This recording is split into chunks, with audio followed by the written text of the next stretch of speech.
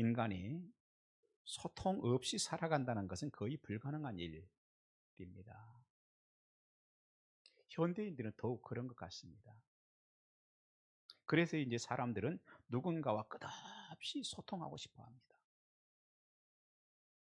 상당히 많은 부분이 핸드폰을 통해서 소통을 하는 것 같아요.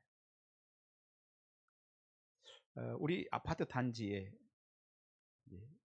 들어가면 왼쪽으로 지하 주차장 들어가는 출입구가 있습니다. 근데 그 지하 입구 들어가는 그 초입에 비가 오거나 뭐 이러면은 아마 들어가지 못하도록 하는 시설물이 이렇게 하나 세워져 있어요. 수요일 저녁이었습니다. 예배 후에, 그러니까 좀 깜깜했겠죠. 차를 가지고 그 입구를 지나서 좌회전으로 이제 우리 집으로 들어가려고 막 들어가는데 조수석에 앉아 있던 저희 아내가 깜짝 놀라는 거예요. 소리를 럭 지르더라고요. 또 저희 아내는 겁도 많아요. 그래서 툭 하면 소리를 질러요.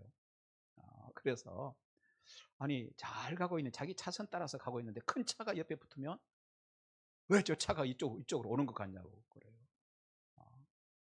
그래서 더 그렇기도 하지만은 운전석에 있던 저는 그 시설물 때문에 시야가 가려서 보이지 않았는데 조금 더 나가서 보니까 검은색 옷을 입은 한 젊은 여자가 이 핸드폰을 들여다보느라고 정신이 없이 내 차 앞으로 그냥 들어오더라고요. 얼마나 저도 놀랐는지. 요 얼마 전에 그리고 이 공원을 제가 이제 산책을 하려고 한번 올라갔어요. 한 60대 정도 돼 보이는 한 남자분이 이제 오른손에는 안경을 이렇게 벗었더라고요. 이렇게 들고 핸드폰을 들고 거의 코앞에 대고 이렇게 계속 운동을 하면서 걷더라고요. 코앞에 대고. 야, 제가 그걸 보면서 거의 묘기 수준인 것 같아요. 어떻게 코앞에 핸드폰을 대고 길을 그렇게 잘 갈 수 있지? 운동을 하면서. 어, 어, SNS뿐만 아니죠. 아침 일찍 이른 시간이었어요. 30분의 1 운동 우리 목사님들이 조찬 기도회를 하고 식사하고 그리고 차 한잔 합시다 이렇게 해서 선수촌 사거리 그 근처에 있는 카페를 들렸어요. 그런데 그 아침 시간에요 많은 분들이 와 있더라고요. 그래서 깜짝 놀랐어요. 알고 봤더니 아이들 학교 보내고 엄마들이 이제 브런치로 아침 식사하면서 앉아서 서로 대화를 하는 소통하는 그런 것이었어요. 현대인들에게 소통은 굉장히 중요한 것 같습니다. 소통이 잘 되면 서로 오해를 줄이고 갈등을 해결하는 데 큰 도움이 되는 게 사실입니다. 성경에서도 이 소통이 원활한 것을 굉장히 중요하게 보고 있습니다. 그것을 심지어 복으로 말씀하기까지 합니다. 그것이 시편 1편 말씀입니다. 그런데 그 시편 1편은 복 있는 사람과 악인으로 나누어서 언급을 하죠. 그리고 복 있는 사람인지 아니면 악인인지를 나누는 것은 주로 무엇에 의해서 결정되느냐? 주로 그가 어떤 사람들과 평상시에 소통하고 어떤 사람들을 가까이 하고 사는가 하는 것으로 결정된다고 사실은 시편 1편은 못 받고 있는 것입니다. 소통이 중요하죠. 누구와 소통하고 사느냐? 평상시에 누구를 가까이 하고 사느냐 하는 것입니다. 하나님의 백성들인 여러분들은 세 가지 소통의 축복이 있으시기를 주님의 이름으로 축원합니다. 첫째는요, 주변 사람들과 좋은 소통은요, 복된 사람이 되도록 합니다. 복에 관해서 어떤 사람들은요, 날짜가 복 있는 날이 따로 있는 게 아닐까 그런 사람들이 있어요. 그래서 이사를 해도요, 아무 날이나 이사를 하지 않고 복 있는 날을 잡아야 한다고 생각합니다. 근데 그런 날은 많은 사람들이 그 날을 이사를 하려고 날을 잡기 때문에 심지어는 이제 차량 구입 확정하는데도 쉽지 않은 게 사실이죠. 그러니까 지금도 이 현대 21세기를 살고 있는데도 불구하고 많은 사람들이 복 있는 날이 따로 있다고 생각을 하는 거예요. 그런가 하면 어떤 사람들은 복 있는 방향이 또 따로 있다고 생각하는 사람도 있어요. 21세기를 살면서. 그들은 어디 갔더니 금년에는 절대 남쪽으로는 가지 말라고 그랬대. 그러니까 이사를 가도 남쪽으로 집이 아주 싸고 좋은 집이 나와도 거기는 안 돼. 왜요? 거기는 복 있는 방향이 아니야. 서쪽이나 북쪽이나 동쪽에 복이 있는 방향이기 때문에 남쪽 방향은 아니라는 거예요. 복이 없다는 거예요. 그래서 어떤 사람들은 날짜가 복이 있는 날짜가 있다고 생각하는 사람이 있고, 어떤 사람은 방향이 복이 있는 방향이 있다고 생각하는 사람도 있고, 어떤 사람들은 복이 있는 길을 받아야 된다고 생각하는 사람도 있죠.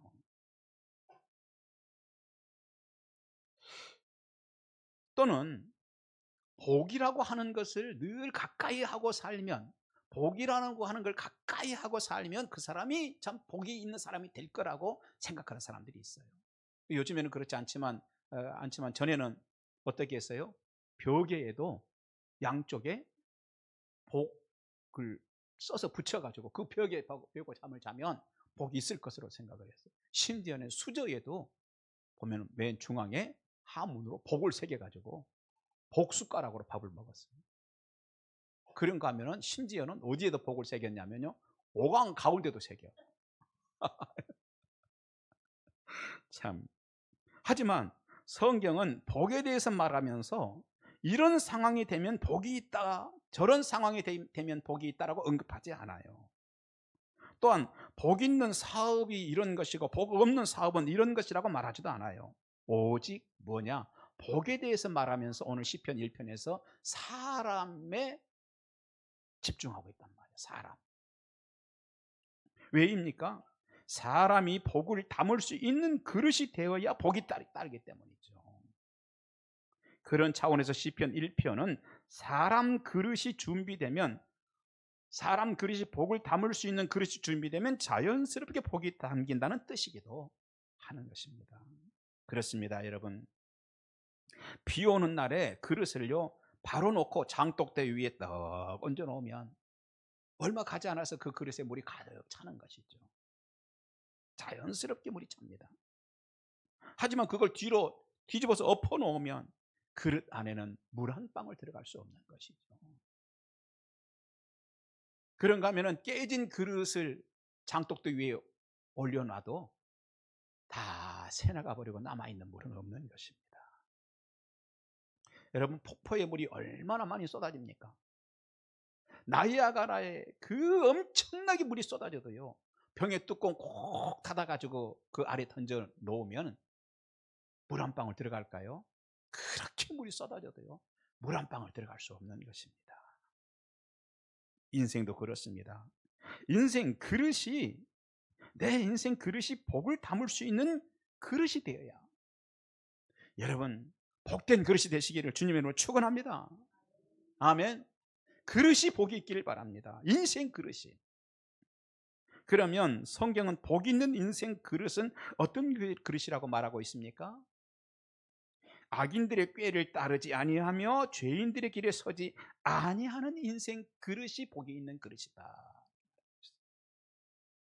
반대로 복 없는 악인들은 어떻습니까? 처음부터 그가 악인이었기 때문이 아니라 악인들의 꾀를 따라가고 악인들과 같은 방향의 길에 자꾸 함께 서기 때문에 결국은 악인이 된다는 것입니다. 물론 성경은 우리 인간은 태어나면서부터 악을 가지고 태어난다고 성경은 말하고 있어요. 그리고 우리가 모두가 다 악을 가지고 있습니다. 그런데 그런 중에 조금 누군가 더 악하기 때문에 태어날 때부터 그 사람이 악인이 되는 게 아니에요. 결국은 무엇의 영향을 받느냐 하는 거죠.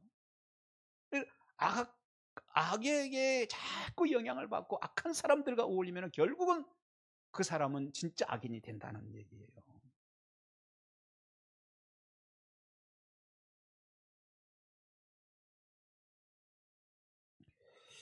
그런데 누구를 따른다거나, 오늘 성경 말씀이죠, 복 있는 사람은 악인들의 꾀를 따르지 아니하며 그랬어요. 누구를 따른다거나 어떤 사람들이 길에 선다는 것은요, 평소 어떤 자들과 가까이 하느냐의 문제와 연결되는 것입니다. 어떤 사람들과 가까이 하고 지내느냐 하는 것과 연결돼요. 그렇습니다. 여러분들이 주변에 누구와 가까이 하고 사는가에 따라서 여러분의 인생 그릇이 복 있는 그릇이 되기도 하고요, 결국은 복 없는 악인이 되길 수도 있다는 얘기입니다. 왜냐하면 인생 그릇이라고 하는 것은 혼자 독단적으로 만들어지지 않습니다. 친구들에게 반드시 주변의 영향을 받고요, 친구들의 영향을 받습니다. 주변의 영향을 받으면서 인생 그릇이 만들어지는 것이죠. 그래서 맹자의 어머니는 맹자가 평소 좋은 친구들과 소통이 있기를 원하면서 3번씩이나 이사를 하지 않습니까? 복 있는 사람은 복의 근원 되시는 분과 평소에 소통하는 시간을 실제로 가지는 사람들이에요. 그런 사람들은 결국 인생 복 있는 그릇을 준비하게 되는 것입니다. 하지만 복 없는 악인은 평소에 악을 만들고 죄 짓는 자들과 자꾸 소통하다가 결국 자신도 악인이 되고 마는 것입니다. 성경은 그 문제에 대해서 아주 깊이 있게 말씀하시는 곳이 한 군데 있어요. 가인과 아벨의 제사 사건입니다. 가인과 아벨이 드린 제사에서 아벨의 것은 하나님 받으셨으나 가인의 것은 받지 아니하셨어요. 그러자 가인을 어떻게 합니까? 분노를 가까이 하고 삽니다. 심지어 가까이 하다 못해서 이 분노를 가슴 복판에다 두고 일상을 그 분노와 함께 삽니다. 너무 가까워도 너무 가까운 것이죠. 그런데 하나님께서는 그런 가인에게 창세기 4장 7절에서 이런 말씀을 하세요. 우리 같이 한번 읽겠습니다. 시작. 내가 선을 행하면 어찌 낯을 들지 못하겠느냐? 선을 행하지 아니하면 죄가 문에 엎드려 있느니라. 죄가 너를 원하나 너는 죄를 다스릴지니라. 아멘. 오늘 이 말씀은 세 등분으로 나눠볼 수 있을 거예요. 그렇죠? 하나는요, 내가 선을 행하면 어찌 낯을 들지 못하겠느냐 하는 말씀을 먼저 우리가 나누어 볼 수 있을 것 같아요. 이 무슨 뜻일까요? 네가 선을 행하면 어디에서라도 낯을 들고 떳떳할 것이다, 이 말이에요. 네가 선을 행하면 심지어 하나님 앞에서도 낯을 들고 떳떳할 수 있을 것이다, 이런 말씀이죠. 두 번째, 또 우리가 한 말씀을 떼내 본다면 어떤 말씀이겠어요? 선을 행하지 아니하면 죄가 문 앞에 엎드려 있느니라. 저는 처음에 예수 믿으면서 이 말씀이 무슨 말씀인지 이해하지 못했어요.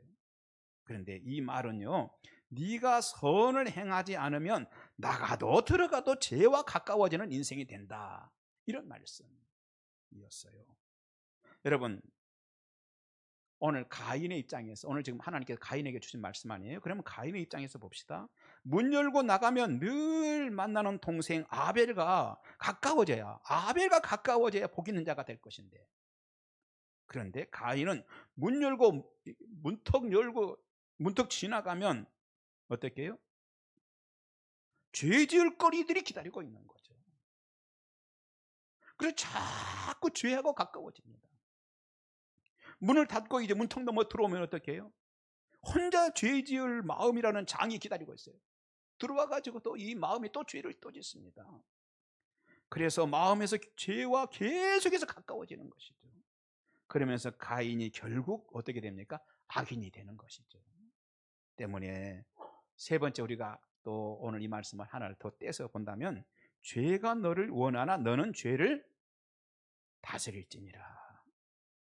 가인이여, 죄를 다스리는 길은 뭐냐? 평소에 분노와 가까이 하지 말고 동생과 가까이 하고 하나님과 가까이 하면 그가 죄를 다스릴 수 있었던 거예요. 그렇습니다. 가인은 적어도 그렇게 했어야 했습니다. 그래서 죄가 너하고 가까이 지내자고 하더라도 너는 내 동생과 가까이 지내라 하는 말씀인 것이죠. 그랬더라면 가인은 시편 1편의 복을 받았을 것입니다. 그런데 가인은 소통하면서 가까이 해야 할 동생과는 거리를 두고 멀리 해야 할 죄와 분노는 가까이 하는데, 심지어 얼마만큼 가까이 했어요? 자기의 가슴 복판에 두고 가장 가까운 데 두고 지냈다는 얘기죠. 그렇습니다. 복 있는 인생이 될 것인가, 하나님이 정한 악인이 될 것인가 하는 것은 결국 평소에 누구와 가까이 하는가에 의해서 크게 영향을 받습니다. 여러분은 나가면 죄로 얼룩덜룩한 자들과 소통을 멈추고 신앙적으로 서로 도움이 되는 자들과 소통의 시간을 늘려가시기 바랍니다. 그렇게 하면 여러분의 인생이요, 복 있는 인생 그릇이 되는 줄 믿습니다. 여러분이 가장 가까이 하려고 해야 하는 자들은요, 5월은 가정의 달이죠. 가족들이에요. 가족들입니다. 밖에 나가서 여러분들이 누군가와 가까워지려고 하는 에너지의 반이라도 가족을 위해서 쓰셔야 됩니다. 밖에 나가가지고 누군가와 친하게 지내려고 가까이 하려고 하는 그 에너지의 반이라도 가족을 위해서, 가족과 가까이 지내려고 노력을 하셔야 되는 거예요. 에너지를 거기에 쓰셔야 합니다. 여러분, 부모님과 가까이 하려고 하는데 에너지를 쓰셔야 복 있는 그릇이 되는 거예요. 여러분, 자녀들과 가까이 하려고 하는데 여러분의 인생을 좀 쓰셔야, 그래야 복 있는 그릇이 되는 것입니다.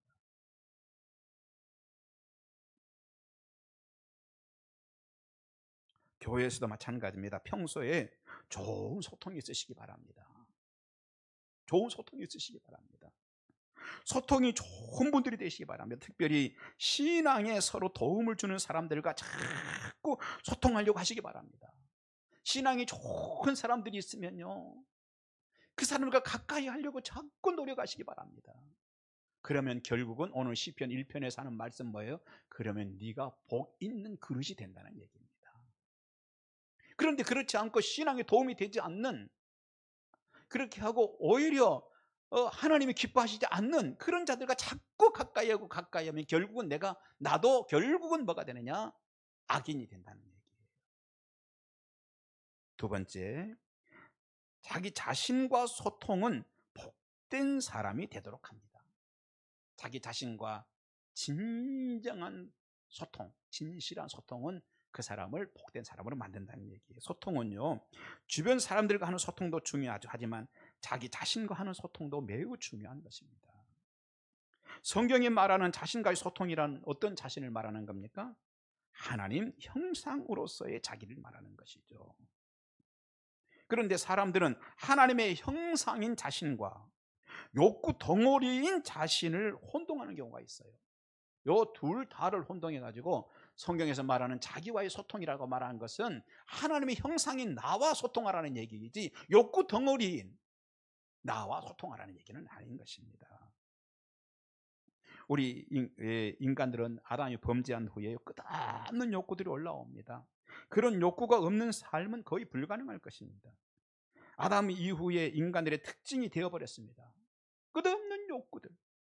그러다 보니 하나님 형상인 나와 죄의 욕구로 가득한 나를 구분하기가 쉽지 않아 버려요.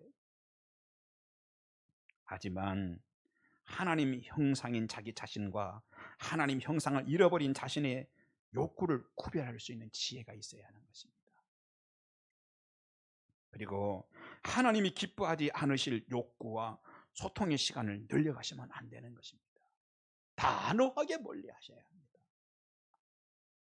그리고 하나님의 형상인 내 자신과 자꾸 시간을 늘려가시고 자꾸 소통할 수 있어야 되는 것입니다. 여러분, 우리 욕구 중에는요, 불신앙으로 가고 싶은 욕구도 있어요. 불신앙으로. 믿음 아닌 쪽으로 자꾸 가고 싶은 욕구도 있어요. 그런데 이 불신앙으로 가고 싶은 내 욕구하고 친하게 지내고 이런 욕구하고 가까이 지내면요, 안 되는 거예요. 그건 결국은 그러다가 악인이 된다는 얘기예요. 우리는 하나님의 형상인 나와 가까이 가려고 해야 합니다. 바울도 이것 때문에 고민을 하고 괴로워하잖아요. 오라 나는 곤고한 사람이로다. 내 마음속에 두 마음이 있어 서로 싸운다는 얘기예요. 그럴 때 내가 누구와 가까이 할 것인가? 욕구 덩어리인 나와 가까이 할 것인가? 하나님 형상인 나와 가까이 할 것인가? 여기에 의해서 내가 복 있는 그릇이 될 것인지 아니면 악인이 되고 말 것인지 하는 게 결정된다는 얘기예요. 그런가 하면 우리에게는 영적 게으름도 있습니다. 아유, 교회는 주일날 한 번만 가는 것이지 뭘. 교회는요, 제가 한번 꼽아볼까요? 예배가 얼마나 있는지. 주일 낮 예배 있어요. 우리 교회는 주일 오후 예배도 있습니다. 우리 교회는 예배에 목숨을 거는 교회예요. 아멘은 세 사람만 딱 하는 것 같아요. 네. 주일 낮 예배 있어요. 오후 예배 있어요. 또 수요 예배 있어요. 또 금요, 요즘에는 또 수요 예배 안 드리는 교회도, 오후 예배 안 드리는 교회도 있고, 뭐 금요 철야 안 하는 교회도 있는데 우리는 다 합니다. 또 새벽 예배도 매일 있어요. 물론 토요일하고 주일은 없지만. 자, 교회가 이렇게 예배가 있는 까닭은 뭘까요? 왜 그럴까요? 예배가, 하나님께서 그 예배가 필요하기 때문에 우리에게 그 예배를 주신 거예요. 아멘. 그러면 오늘 우리가 하나님의 형상인 나와 소통한다는 얘기는 뭐냐? 영적 게으름을 버려야 된다는 얘기예요. 한 번만 가는, 그것도 목사님이 나한테 고맙게 생각해야 돼. 이러면 안 되는 거죠. 그래서 여러분, 할 수 있으면 예배에 힘을 내십시오. 한 번만 가도 뭐 목사님이 고맙게 생각, 이게 뭐죠? 영적 욕구에 가까워지는 사람입니다. 할 수 있으면 힘내어서 예배에 가고 힘내어서 예배에 가야지. 이것이 하나님 형상인 나와 가까워지는 것이고 이것과 소통하는 거예요.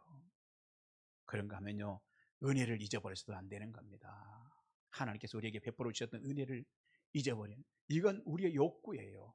자꾸 그건 그때 당시에는 그게 큰 은혜였는 것 같은데 나중에 가만히 생각해 보니까, 세월이 지나면서 보니까 내 욕구가 뭐라고 말해요? 그건 우연이었어. 우연. 은혜 아니었고 우연이었어. 여러분, 그런 은혜를 잊어버리도록 하고 은혜 아니었다고 생각하는 그런 내 마음의 생각과 가까이 지내면요, 결국은 우리가 악인이 되는 겁니다. 그래, 그게 은혜였어. 은혜였어. 은혜였어. 이거를, 이 마음과 가까이 하시는 여러분 되시기 바랍니다. 복 있는 사람은 자신의 욕구의 시선을 두는 것이 아니라 하나님이 이 땅에 보내신 그 자신에게 시선을 두는 거예요. 그래, 하나님 나를 보내셨지. 왜 보내셨을까? 그래, 이렇게 살라고 하나님이 나를 보내시지는 않았을 거야. 그래, 나에게 이런 일을 할 때 하나님께서 바로 이런 일을 하라고 하나님 나를 보내셨을 거야. 이렇게 해서 하나님이 나를 이 땅에 왜 보내셨는지에 초점을 맞추는 사람, 이게 복 있는 사람이 되는 거예요. 십자가에서 예수께서 피 흘리시고 구원해 주신 자기 자신의 시선을 두는 것입니다. 여러분, 아유, 나는 안 되나 봐. 나는 뭘 해도 안 되나 봐. 나는 끝난 것 같아. 낙심하고 좌절하고 절망하고 그러는 쪽에 가까이 가시면 안 돼요. 우리가 가까이 해야 되는 것은요, 나는 안 되나 봐, 나만 안 되나 봐, 내 왜 이럴까, 여기에 자꾸 가까워지고 절망하는 게 아니라, 나 그래도 하나님이 나를 사랑하시는 사람이야. 주님이 나를 죽기까지 사랑하는 사람이야. 할렐루야. 여기에 자꾸 가까이 가고 가까이 할 수 있는 사람이 복된 사람이 되는 것입니다. 사랑하신 여러분, 하나님의 형상으로서의 자기 자신과 긴밀한 소통으로 사시기 바랍니다. 그 소통을 위해서 나는 죄인이지만 하나님께서 오늘도 기대하고 있다는 것을 키워나가야 합니다. 하나님 안에서 기도하는 것을 키워나가야 합니다. 순종하는 것을 키워나가야 합니다. 하나님께 드림에 대해서도 인색하지 말자는 쪽으로 자꾸 키워나가야 되는 것입니다. 아유, 드리는 거 흉내만 내면 되지, 이런 것과 자꾸 가까워지지 마시기 바랍니다. 하나님께서 원하시는, 하나님이 기뻐하시는 일에 여러분 자꾸 가까이 하시기 바랍니다. 악인의 꾀가 올라오면 어떻게 해야 돼요? 악인의 꾀가 올라오면 아니지, 예수 이름으로 명하노니 내 마음에서 이런 생각이 떠나갈지어다. 이것이 하나님의 형상인 자신과 소통하는 거예요. 세 번째, 하나님과 소통은 복된 사람이 되도록 합니다. 아멘. 오늘 본문 2절에 보니까 복 있는 사람에 관해서 말씀하고 있죠. 오직 여호와의 율법을 즐거워하여 그의 율법을 주야로 묵상하는 자로다. 이게 무슨 말씀일까요? 하나님을 가까이 하는 소통을 지금 말하고 있는 거예요. 하나님을 가까이 하는 소통. 이 소통이 모든 것을 결정합니다. 왜냐? 여호와는 나의 목자이기 때문에. 시편 1편의 말씀이 그거. 여호와는 나의 목자이시니, 여기서부터 시작되는 것입니다. 여러분, 양들은요 목자를 따라야 돼요. 목자 따르지 않고 대바라져 가지고요, 나 필요 없어요, 나 그냥 내가 알아서 먹을 거예요, 이러는 양치고 좋은 꼴을 얻을 수 있을까요? 이러는 양들 치고요, 좋은 물을, 생수를 찾아 먹을 수 있을까요? 이러는 양들 치고요, 큰 위험으로부터 자기를 막아낼 수 있을까요? 아니요. 오늘 여러분, 우리는요, 목자가 살아 있어야 되고요, 목자를 따라야 되고요, 그래야 복 있는 그릇이 되는 것입니다. 그런데 오늘 성경은 뭐라고 그랬어요? 여호와가 나의 목자이시다 그랬어요. 여호와 하나님. 그렇게 하고 살았던 사람이 누구냐면 다윗이었어요. 다윗은 자기가 나서지 않아도 되는 골리앗과의 싸움에 단지 거룩한 분노가 막 올라오니까 그거 하나 때문에 나서게 되죠. 사울 왕이 싸워야 할 골리앗과 목숨을 건 전투를 합니다. 그리고 승리를 하죠. 그러는데 그 후에 사울 왕에게 문제가 생깁니다. 사울 왕에게 불안감이 확 밀려와요. 그것은 다윗이 사라져야 이 불안감이 없어질 것만 같아요. 그래서 다윗을 죽이려고 합니다. 다윗은 도망자가 되죠. 비참해집니다. 어디까지 비참하게 됩니까? 사울을 피해 블레셋의 5대 도시 중에 하나인 가드로 도망을 가요. 그런데 자신이 얼마 전에 블레셋 사람 골리앗을 죽인 장본인이라는 것이 발각되면서 거기서 미친 사람인 것처럼 해야만 살아남을 수 있는 상황이 됐던 거예요. 그러더니 가드 왕이 방심한 틈을 타서 도망 나와서 아둘람 굴로 도망 나와서 숨어 지냅니다. 그런데 다윗이 그곳에 있다는 것을 알고 갈 곳 없는 사람들 400여 명이 몰려오면서 이제 다윗의 인생의 최소한의 기반을 잡게 되죠. 그러던 어느 날이었습니다. 언제나 이게 중요해요. 뭐가 중요하다고요? 그러던 어느 날. 그러던 날. 그러던 어느 날. 그러던 어느 날 블레셋이 추수를 막 마친 이스라엘에 그일라라고 하는 성을 공격해가지고 모두 탈취해 가는 일이 일어납니다. 그때 그 그일라 성에 머물고 있던 다윗은 사울에게 발각되지 않으려면 어떻게 해야 될까요? 그러거나 말거나 쥐 죽은 듯이 몸을 숨기고 있어야 했어요. 그렇지만 또 일어나가지고 그일라 사람들이 뺏겼던 곡식을 찾아주기 위해서요, 블레셋을 공격해가지고 모든 것을 되찾아 줍니다. 이게 뭐예요? 나 여기 있어요 하고 사울에게 알리는 거예요. 사실은 다윗은 그런 위험한 일을 하면서 그일라 사람들을 위해서 일해 주었어요. 하지만 배은망덕한 그일라 사람들은 다윗과 사울 사이의 판세가 이미 기울었다고 판단하고 사울에게 다윗을 꺼내주려고 해요. 성에 숨기지 않고. 하는 수 없습니다. 그일라에서 또 도망해가지고 유대 지파가 관리하고 있던 십광야라고 하는 광야에 숨어 지냅니다. 그런데 다윗의 친족들인 이 유다 지파 사람들도, 판세는, 유다 지파는요 다윗의 친족들입니다. 그런데 판세가 사울에게 기울었다고 생각하고 다윗이 숨어 있는 곳을 사울에게 가서 밀고를 해버려요.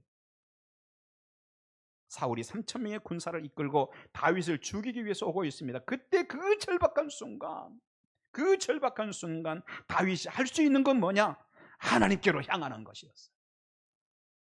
하나님께 가까이 하는 시간이 왔던 겁니다, 여러분. 그래서 다윗이 뭐라고 하느냐?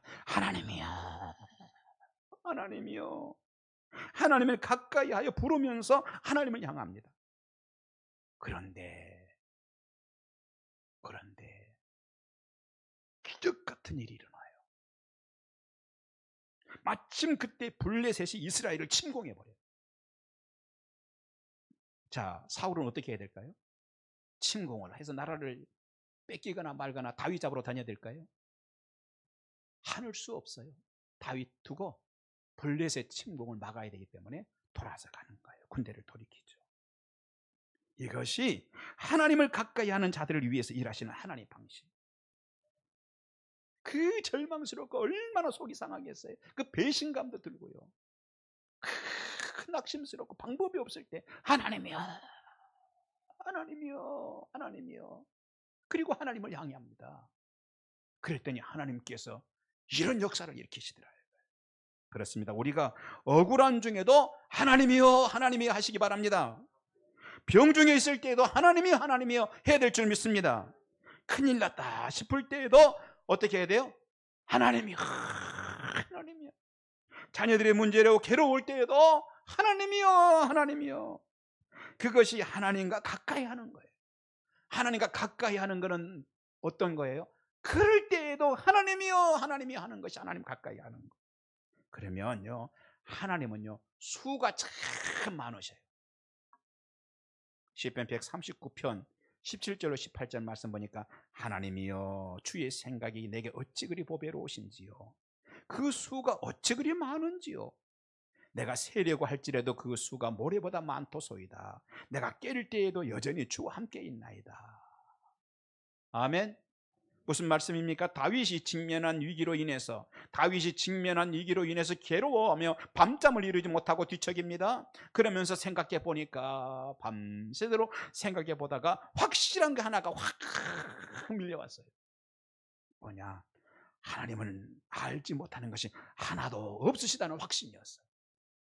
그리고 그 지혜와 능력으로 자신을 보호해 주시고 이끌어 주시는데 자신이 수월해가 있어도 자신을 지키시고 보호해 주실 것이라는 확신이 온 거예요. 하늘에 올라갈지라도 거기에서도 하나님께서 나를 보호해 주실 것이라는 확신이 왔어요. 바다 끝에 가 있을지라도 거기서도 하나님의 손이 그를 인도해 주실 것이라는 확신이 왔던 거예요. 그렇습니다. 하나님의 이끄심은요, 오늘 다윗의 생각으로 헤아릴 수 없는 너무나 방법이 많으신 분이셨어요.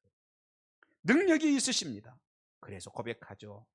하나님의 수가 어찌 그리 많으신지요. 따라서 합시다. 하나님의 수가 어찌 그리 많으신지요.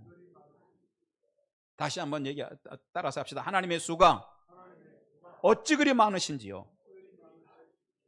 꼭 죽는 줄 알았으나 하나님이 살려주시고 이제 끝이구나 싶었는데 또 하나님이 역사하셔. 그렇습니다. 우리가 예상하지 못했던 길을 열어주실 수 있는 분이 주님이신 것을 믿으시기 바랍니다. 아멘. 때문에 하나님이여, 하나님이여 하고 부르면서 하나님을 가까이 하는 것이 우리에게 가장, 여러분의 인생에 가장 큰 힘이 된다는 사실을 기억하시기 바랍니다. 여러분, 그렇게 기도하면서 하나님께 기도하고 나아가면요, 가까이 하면 하나님이 반드시 역사해 주세요. 그래서 누가복음 18장 7절 보니까 하물며 하나님께서 그 밤낮 부르짖는 택하신 자들의 원한을 풀어주지 아니하시겠느냐. 하나님을 가까이 하고 하나님이여, 하나님이여 하고 기도하는 자들에게 반드시 역사해 주신다는 말씀인 줄 믿습니다. 그런 하나님과 소통하시기 바랍니다. 그래서 시편 73편 28절 하나님께 가까이 하며 내게 복이라. 하나님을 가까이 하시기 바랍니다. 말씀을 마칩니다. 시편 1편은요 복 있는 사람과 악인에 대한 말씀이에요. 성경에서 말하는 복이란 뭡니까? 그것은 날짜가 복 있는 날이 따로 있는 게 아니라 방향이 복 있는 방향이 따로 있는 게 아니에요. 사람이 복 있는 사람이 돼야 된다는 거. 그런데 복 있는 사람과 악인은 한 가지에서 갈립니다. 딱 한 가지에서. 평소에 누구와 가까이 지내느냐. 누구와. 악인과 가까이 지내면요 결국은 다음 달 자기가 악인이 되는 거예요. 하지만 복 있는 사람은 정말로 가까이 해야 될 자들을 가까이 하다가 인생 그릇이 복 있는 그릇이 준비가 되는 것입니다. 여러분, 주변 사람들과 좋은 소통이 있는 사람들과 소통하십시오.